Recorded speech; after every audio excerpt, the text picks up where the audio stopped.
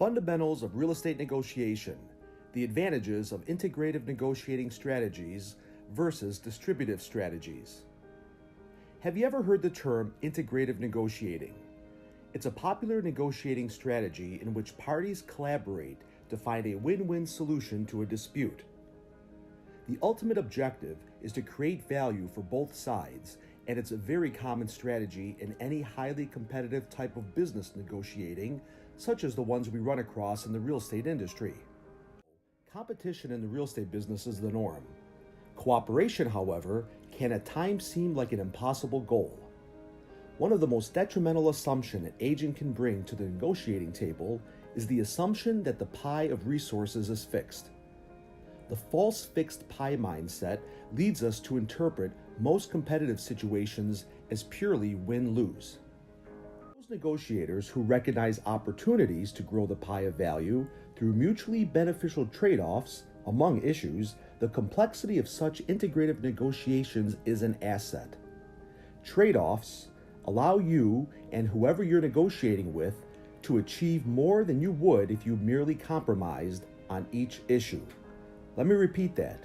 Trade-offs allow you and whoever you're negotiating with to negotiate more than you would if you merely compromised on each issue. Once negotiators have broken the assumption of a false fixed pie, the search for value can begin. To create value, you need to learn about the other party's interests as well as their preferences. We're going to review 3 proven strategies that will increase your likelihood of uncovering value in the integrative negotiations process. Number 1, share information and work to build trust. The most direct way for parties to create value is to share information in an open, truthful manner.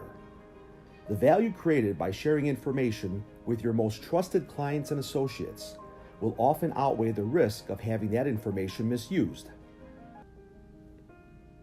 Suppose you're speaking to a new sign installer for your brokerage. You might state during negotiations, "Timely installs are critical to us. Our old installer did good work but couldn't meet our deadlines. Now tell me some of your key concerns." Number 2, ask probing questions. Your goal is to understand the other party's interest as much as reasonably possible, yet both parties may be unwilling to fully disclose confidential information. So how should you handle this? What's your next move? Well, make sure that you keep asking a lot of questions and get the person talking. Most experienced professionals, especially those trained in sales persuasion tactics, look at negotiating primarily as an opportunity to influence the other party. As a result, we do more talking than listening. And when the other party is talking, we tend to concentrate more on what we'll say next as compared to the information being conveyed. This is a tendency that only assists the other party in collecting information from you. Listening and asking questions are the keys to collecting important new information. Let me repeat, listening and asking questions are the keys to collecting important new information. A question like this might be phrased to the representative. What systems does your firm have in place in order to make sure you can adequately meet our deadlines? Number 3, give away a bit more information. What do you do when trust between parties to a negotiation is evidently low? Give away some information that focuses on the trades you are willing to make. Doing so can enable you and the other party to expand the pie of outcomes. You may not know this, but many times, behaviors when negotiating are often reciprocated. When you share useful information, the other party may return some of their own.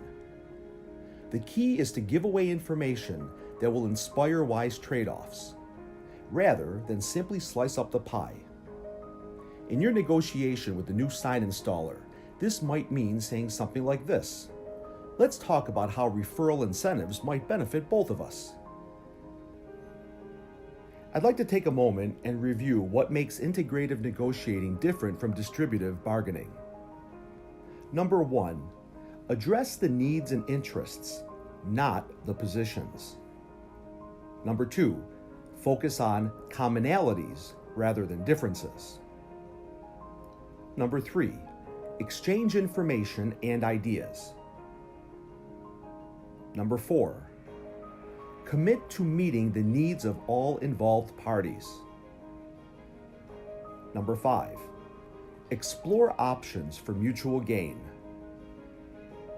And number 6, use objective criteria to set standards.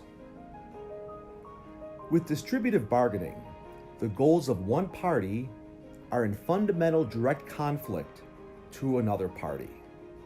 Maximizing one's own share of resources is the goal for both parties, and resources are considered fixed and limited.